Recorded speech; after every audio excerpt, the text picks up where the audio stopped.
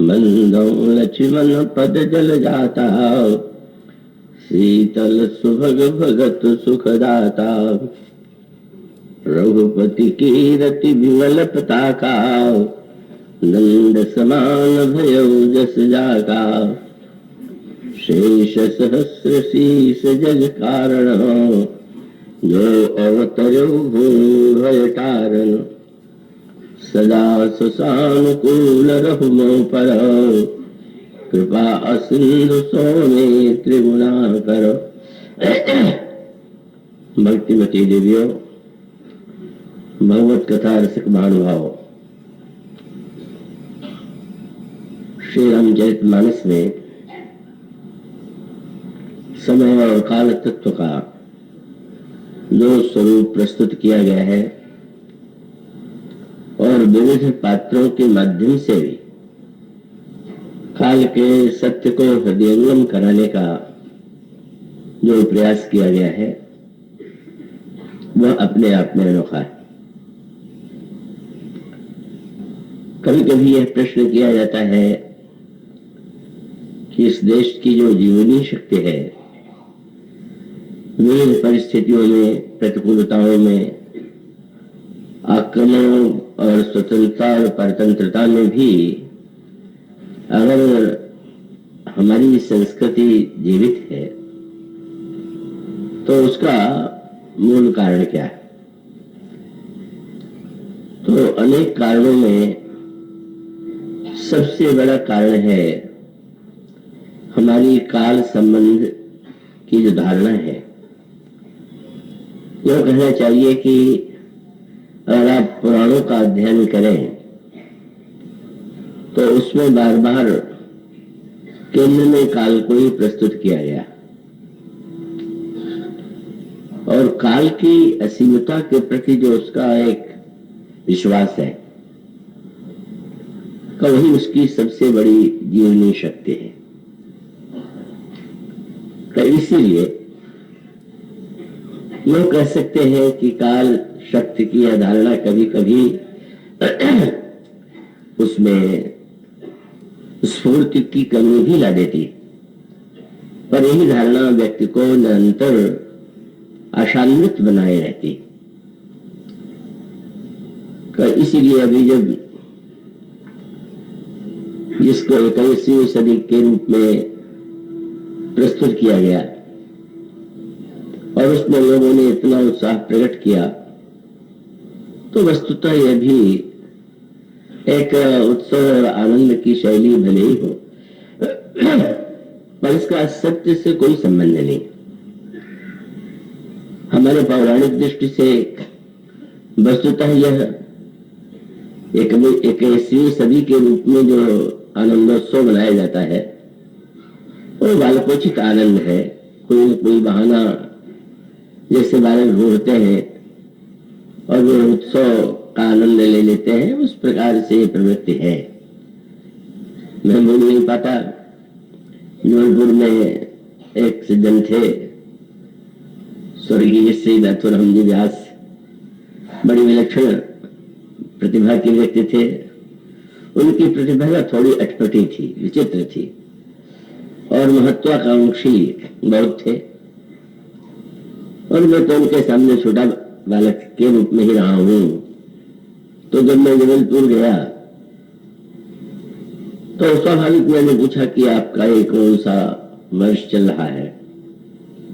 तो उन्होंने कहा कि 90। तो मैंने प्रसन्नता प्रकट की। तो वो तो ठीक है, पर जब दूसरे वर्ष में गया और मैंने पूछा कि आपकी आयु कितनी है, तो उन्होंने कहा 95 वर्ष। मैं बड़ा हैरान हुआ कि शायद भूल गए हैं, पिछले वर्ष 90 बताया था, अब 95 बता रहे हैं। पर अगले वर्ष जब उन्होंने फिर से पूछने पर 97 वर्ष बता दिया तो मैं उनसे पूछे बिना नहीं रह पाया। तो थोड़ी विश्वता मैंने की कि क्या आपके आयु के वर्ष कुछ तेजी से चलते हैं क्या? तो उन्होंने कहा कि देखो, वह मेरी बड़ी उत्सुकता है कि लोग मेरी 100 वर्ष की आयु का उत्सव मनाएं। तो मैं तो इसकी चिंता करता हूं कि उस समय से पहले ही कहीं शरीर न चला जाए, इसलिए उस 100 वर्ष को तो मैं पहुंचा ही दूंगा। और सचमुच अगले वर्ष उन्होंने 100 पहुंचा दिया और उत्सव भी मनाया गया, अभिनंदन भी किया गया, उन्होंने उसका आनंद भी ले लिया। तो बात बड़ी विचित्र सी है। कभी व्यक्ति कभी कभी ये जो हमारी धारणा है सारी पौराणिक और रामचरितमानस की धारणा है, वह तो काल की असीमता पर विश्वास करती है। काल की वह गणना जिसमें 2100 वर्ष पूरे हो रहे हैं, एक तो बच्चों का उत्साह है किसी तरह से जोड़ करके, चलो ये भी एक उत्सव का आनंद का अवसर मिल गया। पर जब काल के विषय में रामचरितमानस को आप पढ़ें, पुराणों को पढ़ें, तो उसमें आपको इतने गंभीर सत्य का दर्शन होगा कि सचमुच वह ज्ञान की दृष्टि से ही नहीं, व्यक्ति के जीवन में विचार की और उस विचार के द्वारा एक जो मनुष्य के जीवन में नैराश्य से उसको मुक्त कर देता है, चाहे वो व्यक्ति हो, चाहे समाज हो, देश हो, उसका कारण है।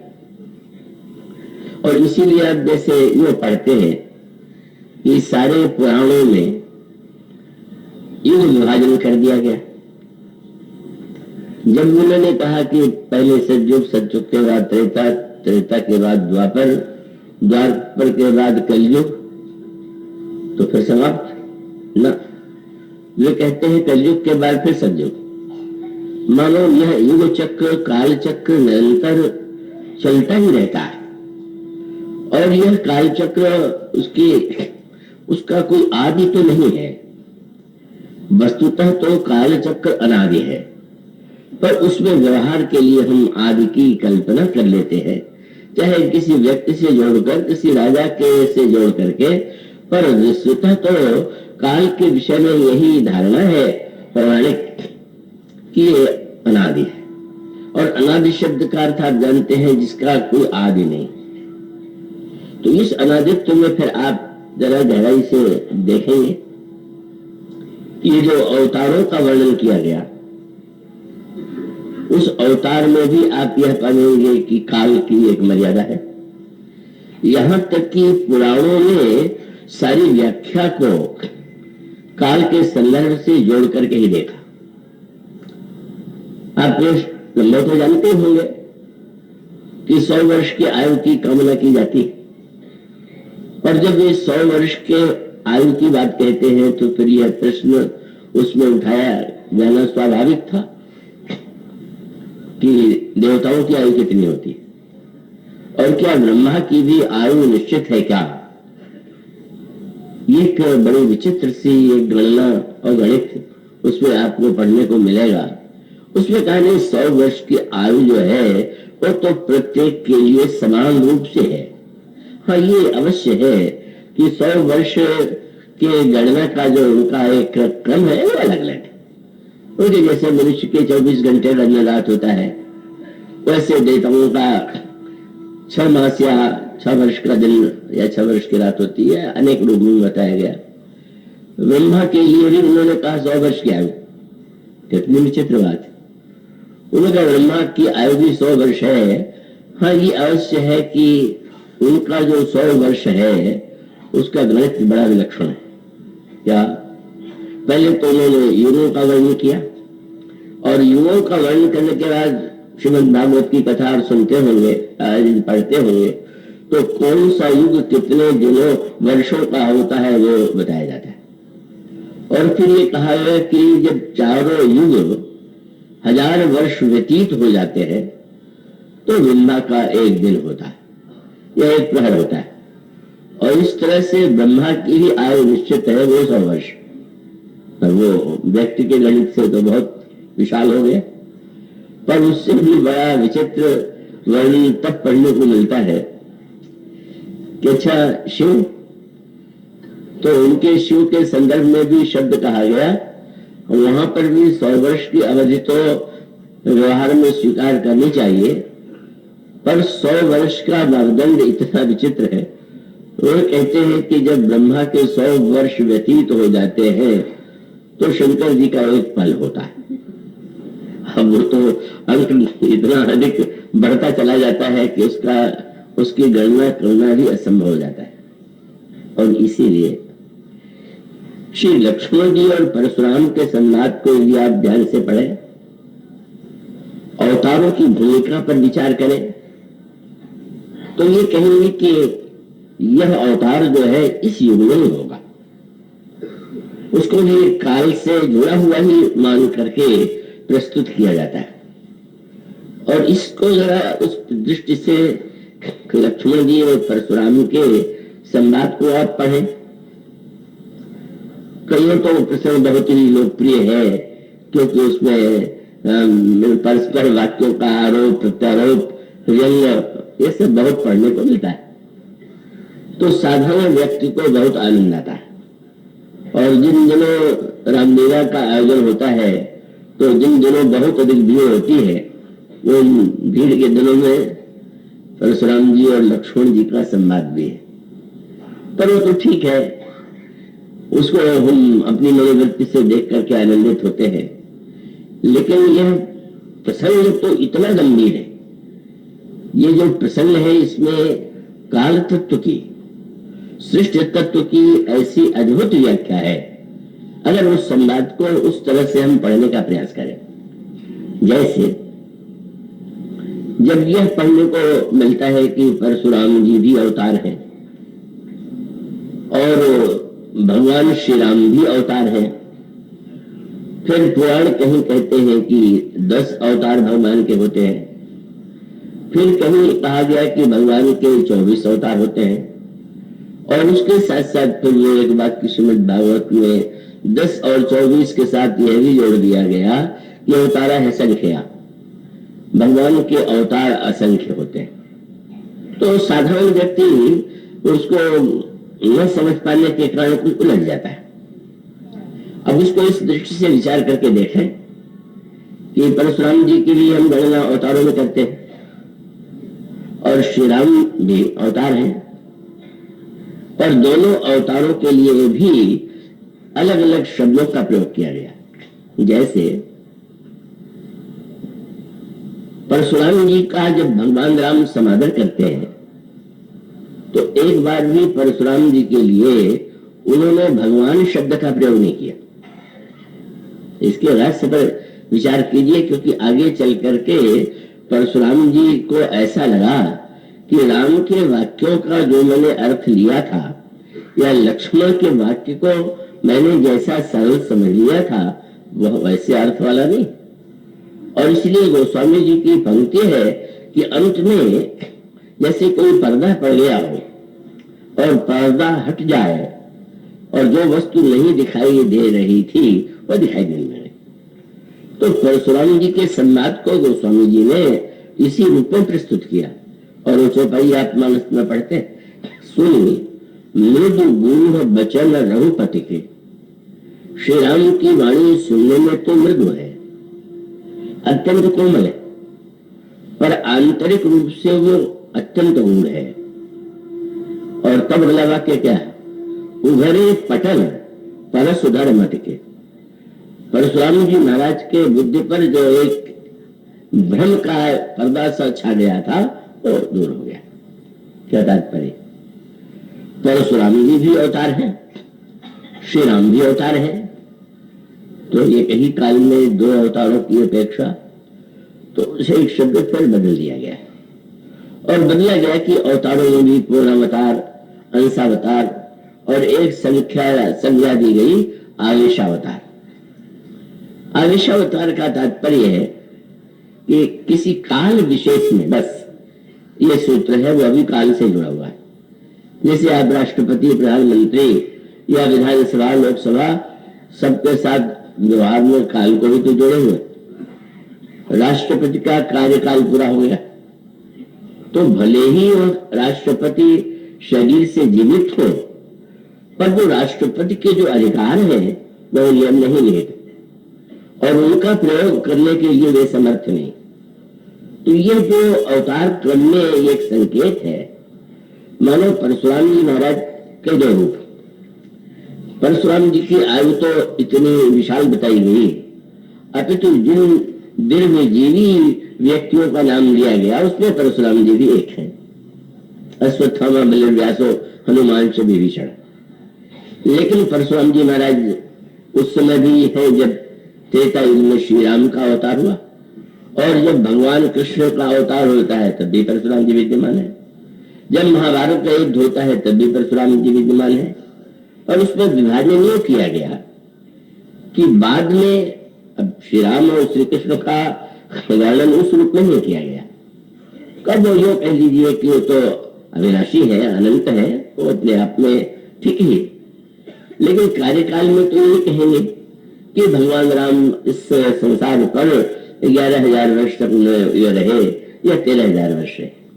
और भगवान कृष्ण के काल के विषय में भी कहेंगे तो कहेंगे कि 126 बरस या इतने काल तक उन्होंने अपनी लीला की और उसके बाद लीला का संवरण कर लिया। अब परशुराम जी की भूमिका तो बड़ी अनोखी है। जब श्री राम के काल में भी ये हो और भगवान कृष्ण के काल में भी हो तो विचित्र लगता है। इसका अर्थ है त्रेता युग में और द्वापर युग में, और पौराणिक धारणा को माने तो परशुराम जी भी है।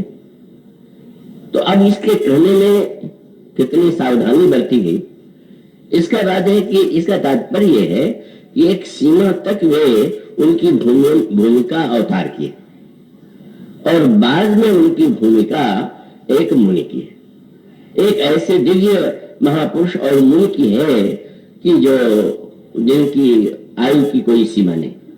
इसमें उनका कोई पक्षपात पुराणों का नहीं होता है कि किसकी आयु को कितना लंबा बता दिया जाए। का उसको अभिप्राय यह है कि ये जो दो रूप है, अब उसको संकेत क्या कहते हैं। मानो श्री राम और परशुराम इन दोनों के संदर्भ का सत्य यही है कि धनुष टूटने के बाद ये बड़ा रामायण के गंभीरतम प्रसंगों में ये धनुष और बाण का प्रतीक है।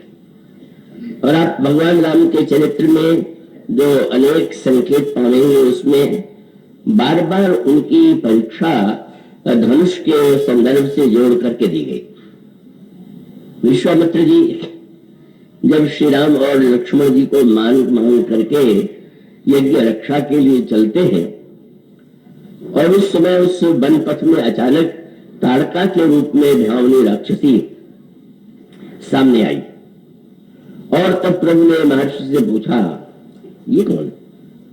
महर्षि ने बताया कि यही वह राक्षसी है, यह और इसके पुत्र इसके सैनिक ही यज्ञ को नष्ट कर देते और तुम इसका वध करो। और तब आप पढ़ते हैं मानस में एक ही बाण प्राण हर लेना। भगवान ने एक ही बाण से तारका का प्राण ले लिया। और उसके बाद अगला वाक्य बड़ा अनोखा है। एक ही बाण प्राण हर लेना दीन जानते ही निज पद दीना तब ऋषि नाथन जिये चीनी। विश्वामित्र जी पहचान गए कि ईश्वर है। तो ये तो बड़ी विचित्र बात है। वे ईश्वर मान करके ही तो महाराज दशरथ से उनके पुत्रों को मांगने के लिए गए हुए थे। पर वे कहते हैं कि वह जो उनकी धारणा थी वो ध्यान के द्वारा स्वीकृत धारणा थी, उसको प्रत्यक्ष रूप से सिद्ध उन्होंने तब माना कि जब एक ही बाण से ताड़का का उन्होंने वध कर दिया। तो उस युग के जो महापुरुष हैं उनकी परीक्षा के क्रम पर आप दृष्टि डालिए। उस युग के महानतम महापुरुषों में विश्वामित्र जी हैं। उनकी महिमा का तो कहना ही क्या है। उन्होंने उस समय के इतिहास को परिवर्तित कर दिया, उस समय की धारणाओं को बदल दिया और पुनर्जन्म के संबंध में जो यह मान्यता थी कि जो व्यक्ति जन्म लेता है जिस वर्ण में जीवन भर उसी वर्ण में रहेगा, भले ही अगले जन्म में उसका वर्ण परिवर्तित हो जाए, पर उन्होंने क्षत्रिय वर्ण में जन्म लिया और अपनी तपस्या और साधना के द्वारा ब्राह्मणत्व को प्राप्त किया और ब्राह्मणत्व में ब्रह्मर्षि के रूप में उनकी वंदना की है। तो भगवान श्री राम से जिनका प्रथम मिलन होता है वह महापुरुष है जिन्होंने अपने पुरुषार्थ, अपनी तपस्या, अपनी साधना के द्वारा नियमों को बदल करके एक महानतम पद प्राप्त किया। और इतना ही नहीं, महर्षि विश्वामित्र की महिमा का सबसे बड़ा प्रत्यक्ष प्रमाण है गायत्री मंत्र। जो मंत्र सारे सनातन धर्म के मंत्रों में सबसे अधिक जिसे महत्व दिया गया और ये कहा गया कि प्रत्येक दिन गायत्री का जप करना ही चाहिए, वो गायत्री मंत्र के जो दृष्टा है, क्योंकि पुराण किसी को निर्माता तो नहीं मानते। ये जो मंत्र है वेदों के, वो निर्माता नहीं है, उस मंत्रों को उन्होंने सुना। सुना शब्द का एक शब्द जुड़ा हुआ है, वेदों के लिए कहते हैं श्रुति। श्रुति माने जो सुना गया। तो मानो एक प्रज्ञा और प्रकाश के काल में किसी ऋषि के अंतःकरण में जो मंत्र उनको ध्वनि सुनाई पड़ी, उस मंत्र को हम पुरुषार्थ से रचा हुआ श्लोक नहीं मानते। उसे मानते हैं कि वह तो काव्यतंभरा प्रज्ञा के काल में अपने आप दिव्य जो मंत्र है वो प्रकाशित हुआ। तो गायत्री मंत्र के प्रकाशक भी महर्षि विश्वामित्र माने गए। किंतु ऐसे महानतम महर्षि भी क्रम से सब नहीं होंगे कि वे जीवन में ऐसा अवसर आता है जब ईश्वर की आवश्यकता का अनुभव करते हैं। वे बड़े समर्थ हैं, अनेक उनके सामर्थ्य और तपस्या और सामर्थ्य के अनेक इतिहास हैं, लेकिन वह सीमा उनके सामने है कि जब उनके यज्ञ को सुबाहु, मारीच और तारका के द्वारा नष्ट कर दिया जाता है। महर्षि सर्व समर्थ नहीं।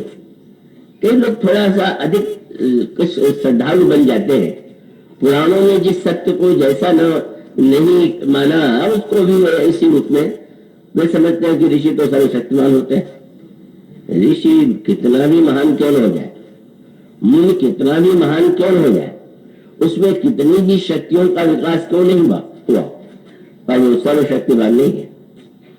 ये कहीं पूछ किसी पुराण में, और इसीलिए यह संकेत मिलता है कि विश्वामित्र जी के जीवन में भी एक सीमा का अनुभव होता है। विश्वामित्र महामुनि ज्ञानी वसहि विपिन शुभ आश्रम जानी, जह जप योग यज्ञ मुनि करे और अति मारीच सुबह हो गए। पर के बड़ा आश्चर्य होता है, इतना बड़ा तपस्वी और इतनी शक्ति का पुण्य महापुरुष राक्षसों से चिंतित हो जाए, भयभीत हो जाए। पर यह तो जाना हुआ समझना सत्य है। हमें व्यर्थ ही सबको सर्वशक्तिमान नहीं बना देना चाहिए। और बहुधा श्रद्धालु में व्याप्त होता है, ये तो सर्वज्ञ है। अब आपके मन की कोई बात किसी ने बता दिया, तुमने कहा आप सर्वज्ञ है। आपकी कोई बात पूरी कर दी तो आपने कहा सर्वशक्तिमान है।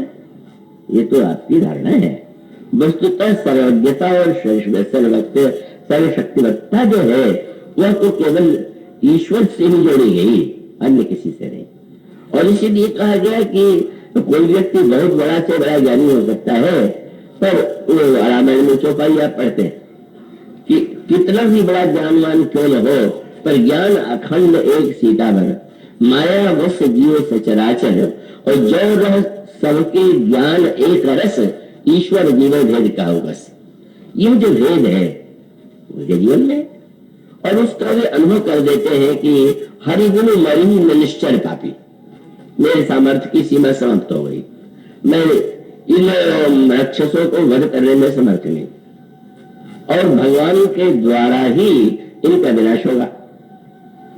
मानो महर्षि के द्वारा इस सत्य को जान लेना और इस सत्य को स्वीकार कर लेना उनके चरित्र का, उनके ऋषित्व का सबसे गौरवपूर्ण पक्ष है।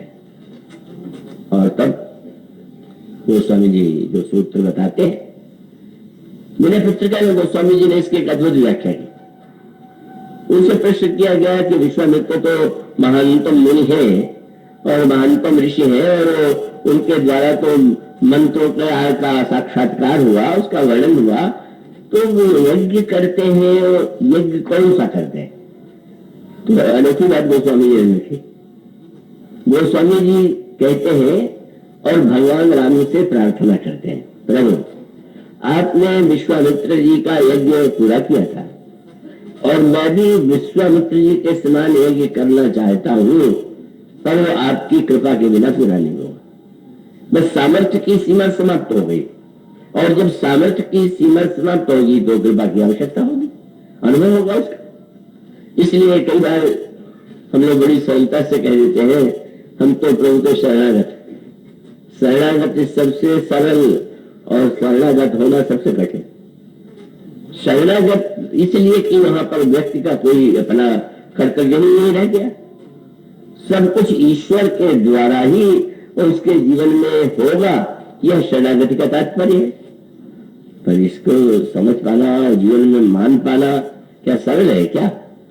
व्यक्ति अपने सामर्थ्य को भूलता कहाँ है, अपनी विशेषताओं को भूलता कहाँ है।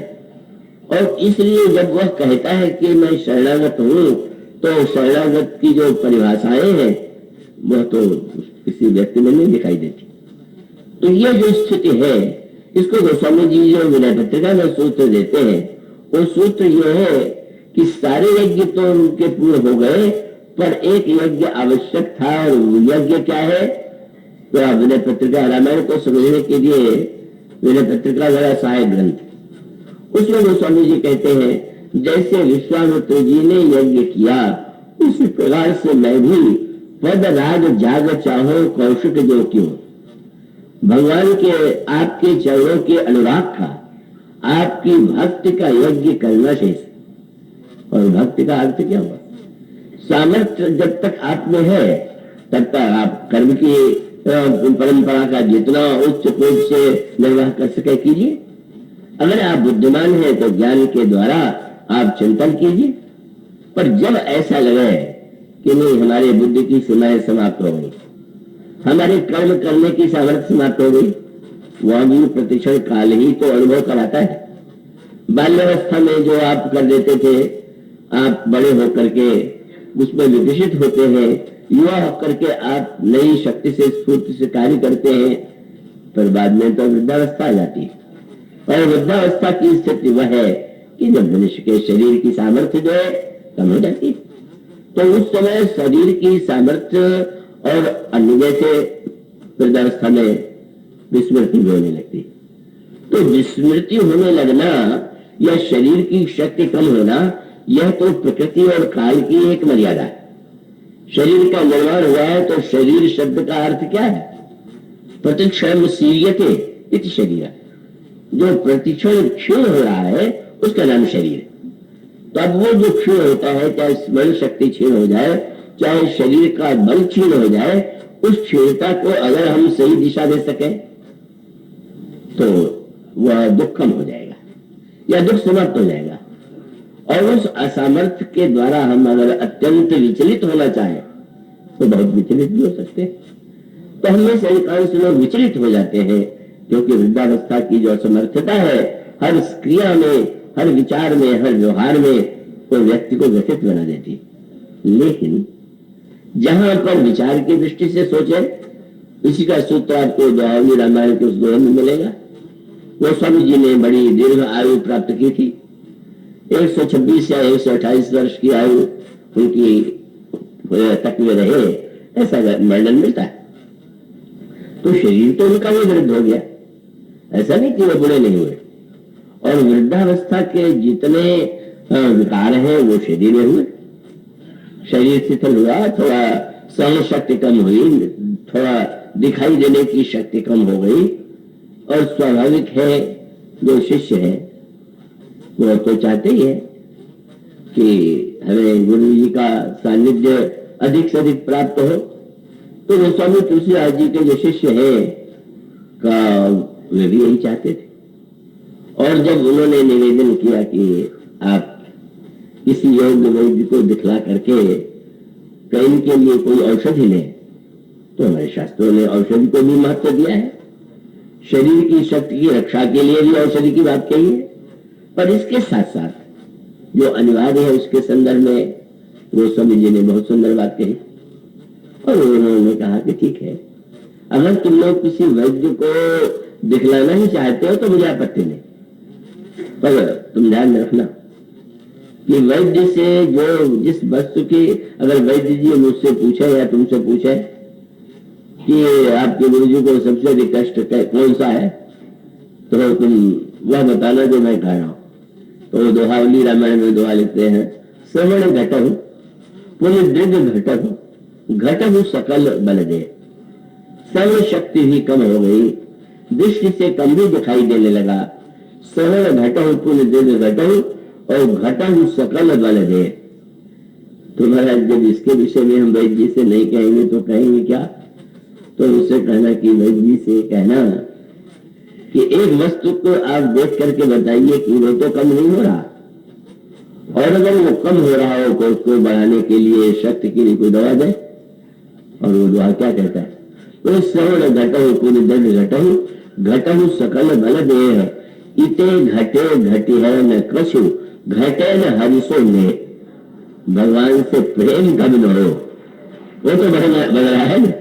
वो समझे नहीं किया और ये कभी नहीं किया कि भाई कभी कभी तो हो जाता है कि वृद्धावस्था में शरीर में सब कुछ घट जाता है, पर वह दुर्दौरी दुराशा अकेली दुराशा बढ़ जाती है। मानो तृष्णा का तलवार थे। शंकराचार्य जी कहते हैं अन्य शरीर में शिथिल हो जाने के बाद भी तृष्णा तरुण हो जाती है, और तब उसका उपाय क्या है कि इस वृत्ति को अगर हम भगवान से जोड़ने का प्रयास करें। असमर्थता अगर हमें भगवान के भक्ति की दिशा में ले जाए तो स्वाभाविक रूप से काल का यह रूप उतना व्यक्ति को आतंकित नहीं करेगा जितना हमें बहुधा आतंकित करता हुआ दिखाई देता है। गोस्वामी जी कहते हैं बस प्रभु से प्रेम कम लो, और वो ठीक है समय पर शरीर है, शरीर का स्वरूप उसका विसर्जित होना है। तो ये गोस्वामी जी यह संकेत देते हैं कि कोई व्यक्ति कितना भी बड़ा ऋषि और मुनि क्यों न हो जाए। थोड़ा गंभीरतम प्रसंग है कि ताड़का वध को गोस्वामी जी ताड़का को दुराशा के रूप में प्रस्तुत करते हैं, ताड़का दुराशा। और तब गोस्वामी जी कहते हैं विश्वामित्र का यज्ञ तो अनुराग का यज्ञ है, भक्ति का यज्ञ। और इसको आप समझ सकते हैं कि विश्वामित्र जी में कितनी भी सामर्थ्य क्यों न हो, लेकिन उनके चरित्र में जो कुछ पक्ष है उतने ही दोषयुक्त भी है। हमारे पुराण के रचयिता भगवान वेद व्यास बड़े सहज भाव से बड़े व्यक्ति के दोष और गुण दोनों का वर्णन कर देते हैं। तो आप विश्वामित्र जी के चरित्र में पढ़ते हैं कि मेनका का सौंदर्य देख करके उनमें आकर्षण उत्पन्न होता है, शकुंतला का जन्म होता है। आप पढ़ते हैं वशिष्ठ जी के पुत्रों से क्रुद्ध होकर के उन्होंने उनको भस्म कर दिया। तो यह सब उनके सामर्थ्य का परिचय तो है, पर जब असमर्थता का बोध हुआ तब गोस्वामी जी मेरे प्रतिज्ञा में कहते हैं प्रभु वो तो एक ही यज्ञ है और वो यज्ञ तो बिना आपकी कृपा के पूरा नहीं होता। क्या बोले पद राग जाग चाहो कौशिक ज्योतियों, आपके चरणों का जो अनुराग यज्ञ है वही जीवन की अंतिम परिणति है। और इसीलिए गोस्वामी जी कविताली रामायण में जब ये पंक्तियां लिखते हैं कि अगर एक व्यक्ति में इतनी विशेषताएं आ जाए तो असंभव है। वो कविताली रामायण का पहले योग्य है जब कहते काम स्वरूप प्रताप दिनेश सो सोम सो शील गणेश सो माने हरिचंद्र सो दानी बड़ो विधि सो भगवास महीप विषय सुख साने सुख ते मुनि शारद ते बकता चिर जीवन लोमस्ते अधिकाने एते भये तो कहा तुलसी जो तो जानकी जीवन राम ने जाने। तो अतिशयोक्ति नहीं, इसका अभिप्राय कि विश्वामित्र के जीवन का पूरा परिवर्तन तो श्री राम के चरित्र में जब उन्हें सम्मिलित होते हैं तब होता है। और यह श्री राम की उनके चरित्र का उनका पक्ष कितना मधुर है कि वह परिवर्तन गुरु बन करके नहीं शिष्य बन करके प्रभु ने किया, आज्ञा दे करके नहीं आज्ञा पालक के रूप में किया। इतने परिवर्तित विश्वामित्र जी का जो चरित्र दिखाई देता है रामायण काल में, बल्कि गीतावली रामायण में तो गोस्वामी जी ने एक अनोखी बात देखी कि जब विवाह करने के बाद सारे चारों भाई लौटे तो माताएं परस्पर बात करने लगी कि एक से एक अनोखे कार्य इन्होंने किए। इन्होंने मार्ग जात पूछती भी है, मार्ग जात भया मैंने भारी केवली ताड़का मारी, कैसे ताड़का को तुमने मार दिया। घोर निशाचर समर भट समर गणे नहीं कारू मारे सहित सहाय किमी खल मारी स्वभाव। और आश्चर्यजनक रूप से का अद्भुत यज्ञ पूरा हो गया और धनुष भी टूट गया, पर उनको श्रद्धालु स्वभाव की विनम्र है, तो माताओं का यह मानना उनकी श्रद्धा का भी बढ़ जाए। और भगवान राम तो सर्वदा ही यही घोषित करते रहते हैं, तो मेरे द्वारा तो कोई कार्य नहीं होता, मैंने कोई ऐसा कार्य नहीं किया, और ऐसे अवसरों पर वो मुझे कोई श्रेय देते हैं। उन्हीं के लिए अगर युद्ध के बाद लौट करके आए, और लौट करके आने के बाद कौशल्या जी बार बार श्री राम भद्र की ओर देखते हैं, कौशल्या पुण्य पुण्य रघुवीर चितवत कृपा सिंधु रघुवीर रणधीर, बार बार देखते हैं। रावण जैसे योद्धा को इन्होंने मार दिया, ये कैसे संभव हुआ? और मां के संतोष के लिए प्रभु ने यही कहा कि गुरु वशिष्ठ कुल पूज्य हमारे, इनकी कृपा दंड रण मारे। ये तो गुरु वशिष्ठ की कृपा थी, और यहाँ भी माताओं ने यही कहा कि ये विश्वामित्र जी की कृपा थी। लेकिन सबसे विनोद का प्रसंग तब आया जब ये पूछा गया कि इन्होंने जितने कार्य किए हैं इसमें सबसे बड़ा कार्य कौन सा है?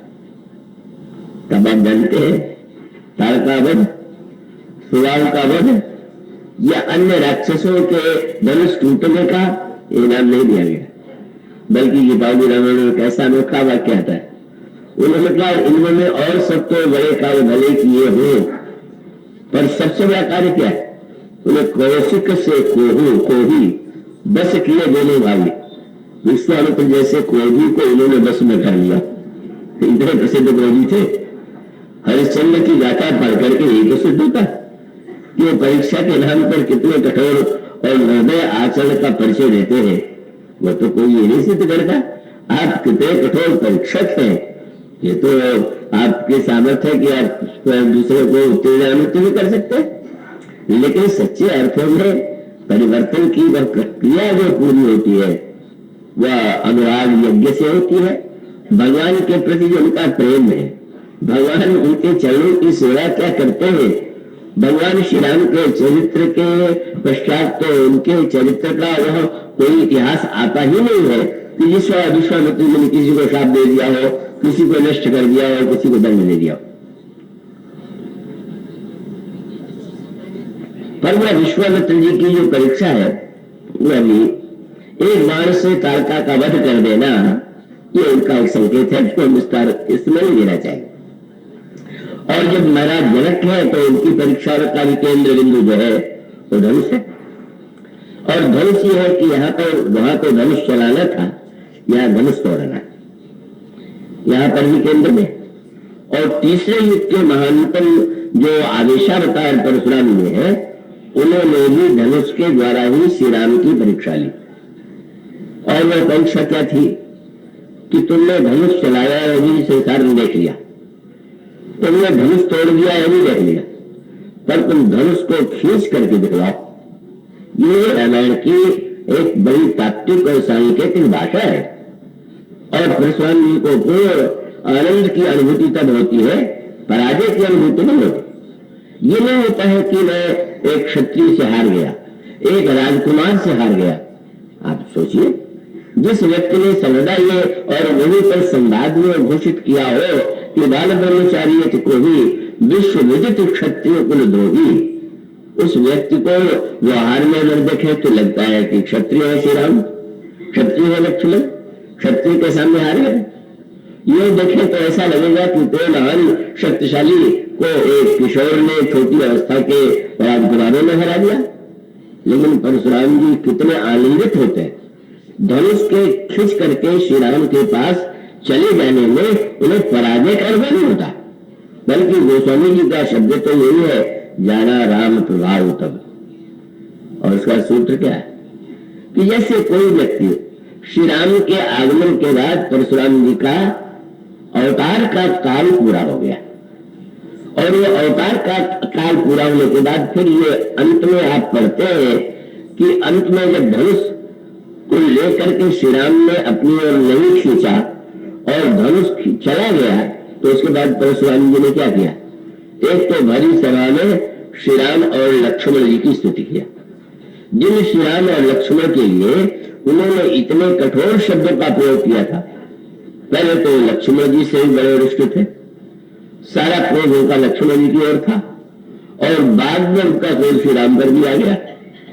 और क्या क्या शब्द उन्होंने श्री राम के लिए और श्री लक्ष्मण जी के लिए नहीं कहे, पर भरी सभा में जो महान अवतार के रूप में सर्वमान्य था, जिसके चरणों में सारे राजाओं ने प्रणाम किया था और स्वयं श्री राम और लक्ष्मण ने प्रणाम किया था, वह यह कह करके अगर सभा में स्तुति करे कि अनुचित बहुत कहो अज्ञाता, क्षमा क्षमा मंदिर दो गाता, मैंने अनजान में ही बड़े अनुचित वाक्यों का प्रयोग किया, आप दोनों क्षमा मंदिर थोड़ा पढ़ के हंसी भी आती कि राम तो क्षमा मंदिर लगते हैं, पर लक्ष्मण जी तो लगता है कोई क्षमा मंदिर नहीं है, वो तो बार बार कपु भाषा और उसी का प्रयोग और प्रहार करते हैं, पर नहीं। और उसके बाद क्या किया ना गोस्वामी वाला शब्द कह देते, इस तरह से गोस्वामी कहते हैं कि कई जय जय जय रघुकुल केतु ध्रुवपति गए बलम तप है। अब लीन के रूप में अब आवेश अवतार की जो शिलाएं थी वही समाप्त हो गई, और उस सारे संवाद का आनंद क्या है, यानी रामायण भर में लक्ष्मण जी को जितना हंसते हुए आप परशुराम जी के प्रसंग में पाएंगे कहीं नहीं पाएंगे। लक्ष्मण जी के क्रोध की बात तो अनेक प्रसंग में आती है, पर परशुराम जी के संवाद में उनको जितनी हंसी आती है, और वो हंसी भी ऐसी कि जिसको देख करके परशुराम जी का क्रोध 100 गुना बढ़ जाता है, और उनको लगता है कि कितना बड़ा एक ठीक बालक है मुझसे ऐसी बात कर रहा है। और एक बार तो ऐसा अवसर आया कि उनको लगा कि विश्वामित्र खड़े हैं और ये दोनों को लेकर के मेरे चरणों में प्रणाम कराने के लिए आए, और ये बालक ऐसा बोल रहा है, ये चुप क्यों, ये इनको तो चाहिए, और वो सो राह में नहीं गया। विश्वामित्र मुझे तो नहीं ऐसी आशा नहीं थी, इस प्रकार से परसु अछत देखो बैरी राजकिशोर अपने फरसे के रहते हुए भी मैं इस प्रकार से ढिठाई से बोलने वाले राजकुमारों को जीवित देख रहा हूं। लेकिन वह अवसर था कि विश्वामित्र जी जो पहले बड़े प्रसिद्ध तपस्वी के रूप में प्रसिद्ध थे, एक बार भी नहीं बोले। हाँ, ये अवश्य हुआ कि उनको भी हंसी आई, पर संकोच लगा कि लक्ष्मण के हंसने से क्या कर रहा है, मैं हंस पाऊंगा तब तो उनके क्रोध की कोई सीधे नहीं ले जाएगी। इसे गोस्वामी जी ने शब्द कितना सुंदर चुना, राज को सूर्य का हृदय हंसे, हंसते रहे तब ऊपर थे नहीं, ऊपर से तो गंभीर बने हुए हैं, बोल ही नहीं रहे। परशुराम जी विश्वामित्र से कहते हैं तुम क्या नहीं चाहते हो कि तुम जिन बालकों को लेकर के आए हो उनके प्राण की रक्षा हो, और यह बालक मुझसे जिस तरह बोल रहा है इसका अर्थ है कि मेरे इतिहास को नहीं जानता, तो तुम कम से कम इसको मेरा इतिहास तो बताओ, मैं कौन हूं, मैंने क्या किया। इसे गोस्वामी कहते हैं तुम हटको जो चहल उबारा कल प्रताप बल रोष हमारा, मेरा प्रताप बताओ, बल बताओ, रोष बताओ। और तब फिर वही बात लक्ष्मण जी फिर हंसने लगे, बोले महाराज आपने इतना बता दिया है कि बताना भी बाकी है क्या, अपने मुझे तो आपने कहनी बात या अनेक बार बहुवर्णी, अब आप गुरु जी को क्यों कष्ट दे रहे, नहीं संतोष तो पुण्य का चुका है वो की दूसरा दुखसाओ, आप और थोड़ा सुना दीजिए। लक्ष्मण जी की वह हंसी क्या तात्पर्य, लक्ष्मण साक्षात काल के ही रूप, और उस काल को पहचान सकने में परशुराम जी अभी तक समर्थ नहीं। और इसीलिए सबसे बढ़िया वाक्य आता है कि जब श्री राम बोले परशुराम जी पूछते हैं कब जड़ जनक धनुष के थोड़ा, और श्री राम चाहते तो कर सकते थे, आज कोई शक्ति जिसमें सामर्थ्य हो, कम भी सामर्थ्य हो तो कह देगा अच्छा मैंने तोड़ा, बोलो तुम क्या कर लोगे, वो झगड़े हुआ करते। पर श्री राम ने परशुराम जी के सामने बिल्कुल नहीं कहा कि धनुष मैंने तोड़ा है, आपको जो करना हो कर लीजिए। भगवान राम तो हाथ जोड़ के ये कहते, लेकिन भगवान राम की भाषा की सबसे बड़ी विशेषता यह है, मुर्जों में तो बार बार मुनि कह करके वंदना कर रहे हैं, पर भगवान कह करके नहीं, मानो यह संकेत था अब आपके अवतार की भूमिका पूर्ण हो गई, आप केवल मुनि के रूप में। और आप जानते हैं लक्ष्मण जी को थोड़ा उन्होंने ऐसे तो आंख तरेर करके भी देखा, पर परशुराम जी से कहा कि महाराज ये लड़का अगर ढिठाई कर रहा है तो उसकी ढिठाई तो है ही, लेकिन महाराज थोड़ा दोष इसका उतना नहीं है। क्यों? जो तुम अवतो मुनि की लाई। क्या बढ़िया बात है, सुनने में कितना मंगल है। पदर जी सस्य सुर धरत गोसाई, अगर आदमी तो मुनि के रूप में आते तो आपके चलो की धूल, अब आप फरसा लेके चले आए तो क्या करें? ये क्या था? मुझे गुण था। और उस संवाद का भगवान राम जब कहते हैं तो भगवान श्री राम ये कहते हैं नहीं कि मैंने थोड़ा नाथ संबुधन भंजन हारा कोई हुई है, कोई एक दास तुम्हारा होगा, कोई आपका दास। और तो परशुराम जी समझते हैं क्या है इस किशोर का, क्या वाक्य है, इसका क्या अर्थ है। और तब लक्ष्मण जी ने जब उनसे कहा कि बहु धनुमी तोड़ी लड़काई, कबहू न असरस कीन गोसाई, यही धनु पर ममता के हेतु। पर लड़कपन में खेल खेल में हम तो धनु तोड़ा ही करते थे, तब तो आप कभी नहीं आते थे। अब इतना क्रोध आया, अरे मेरे को बालक कालवश, अरे राजा के लड़के कालवश में, उन्हें पता नहीं था कि तो काल ही सामने खड़ा, काल ही जो हो रहा। और इसीलिए जब लक्ष्मण जी से परशुराम जी ने कहा अरे मेरे बालक कालवश, तो लक्ष्मण जी ने व्यंग में कहा अच्छा आप काल का नाम बार बार ले रहे हैं तो ऐसा लगता है कि काल को आप कोई पशु समझते हैं कि चाहे जिधर उसको हाँक दे। तुम तो काल हाँक जन लावा और बार बार महिलाने बुला बुला रहे काल को। क्या मानो लक्ष्मण जी बताना चाहते हैं, उनको हंसी क्यों आ रही है? क्या अवस्था में छोटे, पर वस्तुता तो अनंत काल भगवान है। और जब उन्होंने ये कहा कि यह धनुष शंकर का है, जो लक्ष्मण जी ने उत्तर दिया तो काल का सत्य था, लक्ष्मण अनंत है।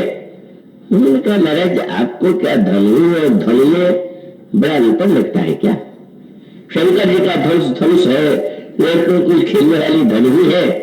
और एक बात कह देते, जब उन्होंने ये कहा कि बालक काल बचते, उन्होंने यही कहा महाराज लखन ने कहा हंसी, काल को हंसी आ रही, लखन ने कहा हंसी हमारे जाना, सुनो जो सब धनुष समाना। कोई साधारण बात थी क्या?